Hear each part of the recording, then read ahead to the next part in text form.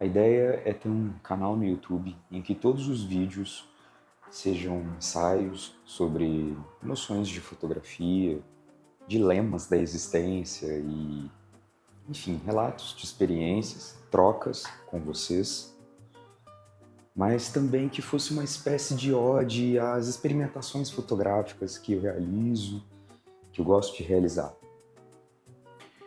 Por exemplo, no vídeo de hoje eu vou usar uma lente analógica que foi uma lente que eu comprei por R$ 50 há alguns anos atrás. Não foram tantos anos assim, eu sou velho, mas nem tanto. É uma lente baioneta PK, a baioneta para Pentax. Ela é uma Calimar, ela tá com um adaptador para Pentax e ela já apareceu em alguns vídeos meus no Instagram e do TikTok. Mas o que é mais interessante é que é uma lente muito detonada. Eu vou conectar essa lente na câmera. Enquanto isso, vocês podem ir olhando um pouquinho. Essa é a prateleira de livros do estúdio, esse sou eu. E é isso. Então agora vamos começar o vídeo.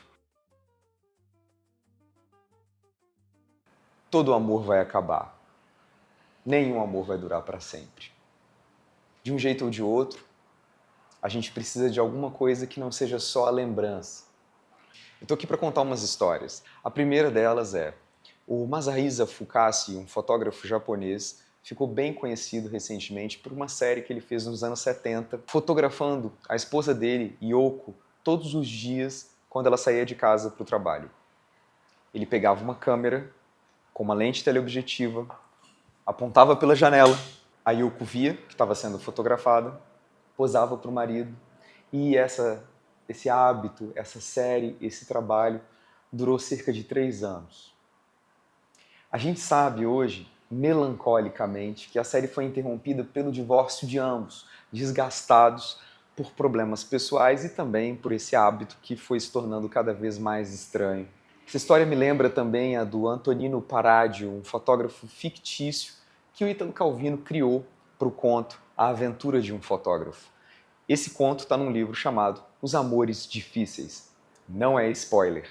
Antonino Paradio gostava mais do ato fotográfico e da imagem da esposa dele do que dela mesma. E a gente, como leitor, vai descobrindo isso aos poucos, levando a um fim mais caótico, mais trágico. A fotografia é uma campeã na construção da memória. A fotografia está em todo lugar. A fotografia é para ser popular. A fotografia não é para ficar na mão apenas dos fotógrafos. A fotografia está nos telefones celulares, porque ela tem que estar nos telefones celulares. Desde que a gente começou a trabalhar com câmeras ditas amadoras, o amador é aquele que ama, de certa forma, já que a gente está falando de amor, a gente tem essa fotografia que algumas pessoas chamam de vernacular, doméstica, íntima, pessoal, que na verdade isso aí é a fotografia.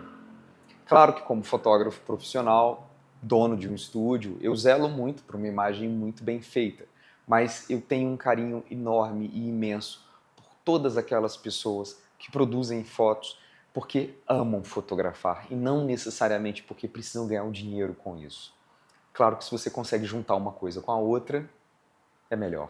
E também é raro encontrar uma pessoa que não curta fazer uma foto, ou, mais raro ainda, um fotógrafo que não goste de fotografar. Eu mandei fazer as mesas do estúdio numa serralheria, porque eu queria mesas bem robustas. E é preciso ter uma mesa forte. Quando a primeira ficou pronta, eu fui a pé buscar, porque a serralheria é muito perto do estúdio. Fica para lá. Chegando lá no serralheiro, Ed Clay, um cara maravilhoso, não me deixou ir empurrando as mesas, porque elas têm rodinhas, dizendo que as rodinhas ficariam desgastadas precocemente com o asfalto. E ainda bem que meu serralheiro é uma pessoa um pouco mais esperta do que eu. Ele foi e já arrumou um colega dele, também serralheiro, que estava num cantinho, fumando um cigarrinho dele, para me ajudar. Esse cara não me deu muita bola. Ele veio, já pegou um canto da mesa, levantou, eu peguei o outro, a gente foi embora. E nisso a gente foi atravessar por debaixo do minhocão, que é esse caminho cortado entre prédios aqui no centro de São Paulo, muito perto, inclusive, do prédio do estúdio. Teve um momento que a gente foi atravessar a rua e aí vinha uma ambulância com muita pressa e tal, aquela coisa, e a gente teve que correr, a mesa era comprida, a gente ficou meio desajeitado, e aí, chegando na calçada, ele falou pela primeira vez comigo. Ele olhou para o alto, para um prédio que fica de frente para a janela do estúdio, e disse: eu vivi e perdi um grande amor nesse prédio. Eu falei: cara, mas o que aconteceu? E ele disse: muita briga, muita confusão, a gente era muito jovem e a gente acabou se separando. Eu perguntei para ele: cara, mas você faria alguma coisa diferente hoje? E ele falou: não sei, talvez. Acabou mesmo, amigo? Ele: acabou. Cada um foi pro lado. Eu falei: sempre tem contato com esse grande amor que você viveu, essa grande paixão? Ele falou: não, perdi contato. E nisso a gente foi andando, ele respirou fundo, a gente foi andando, tá tudo bem. Não foi um diálogo dramático, ele apenas comentou. Um pouco nostálgico, sim, mas apenas.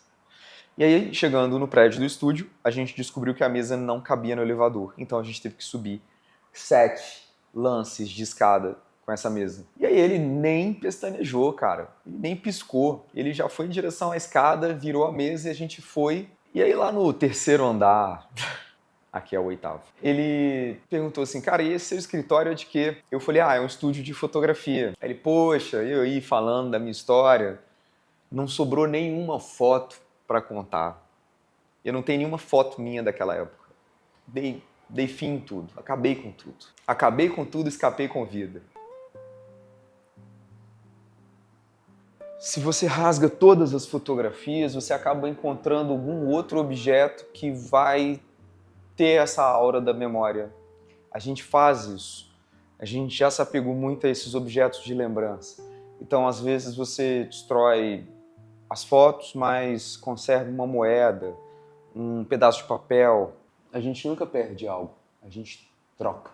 E aí, a gente subiu mais alguns lances. Quando a gente já estava quase aqui, eu falei: cara, pelo amor de Deus, chegando lá no estúdio, toma um copo d'água comigo, né? Tá calor hoje, tava um dia muito bonito, um fim de tarde, assim, quente aqui em São Paulo. E aí, eu não sei como aconteceu, mas quando eu estava girando a chave, mal eu abri a porta do estúdio, e olha que havia uma mesa comprida entre nós, eu não sei que gesto que eu fiz, mas que ele entrou no estúdio antes de mim. E ele entrou rápido, bem decidido, e foi em direção à janela, que estava aberta e escancarada. Parou, não foi um gesto assustador, foi um gesto bem comum. Ele veio andando em direção à janela, respirou fundo, e aí ficou imóvel, calado, olhando para o prédio na frente. Eu fui até o filtro, peguei 2 copos de água, cheguei do lado dele e falei: toma aí. E ele não falou nada. Aí eu comecei a pensar, né, poxa, que coisa, né? O vizinho aqui da frente tem um vidro desses que é fosco, que é uma pena, porque todos os outros mais antigos refletem um pouco da fachada, então você tem essa coisa meio janela, espelho, que é uma bela metáfora, para foto inclusive. Eu estava pensando nessa coisa toda, porque eu sou assim, e um pouco tocado pela história dele, claro, e aí eu sabia que ele estava olhando para o prédio. Eu não imaginava que ele queria olhar tanto para o prédio. E aí um tempinho depois ele olhou para mim e falou: fui eu que fiz e instalei todas essas esquadrias quando o prédio foi reformado. E eu morava ali. E apontou para um apartamento que fica quase que de frente para a janela do meu estúdio. Aí ele deu mais uma pausa e falou: a gente acha que acaba com tudo, a gente acha que acaba com tudo e joga tudo fora, mas sempre fica alguma coisa, a gente sempre deixa alguma coisa. Aí ele foi, tomou o copo d'água, olhou para mim e sumiu do estúdio. Ele virou as costas, andou até a porta, e eu não sei se ele pegou o elevador, desceu as escadas correndo, eu sei que de repente eu estava ali sozinho, com o barulho do trânsito, o entardecer bonito, olhando para aquele prédio, absorvendo essa história.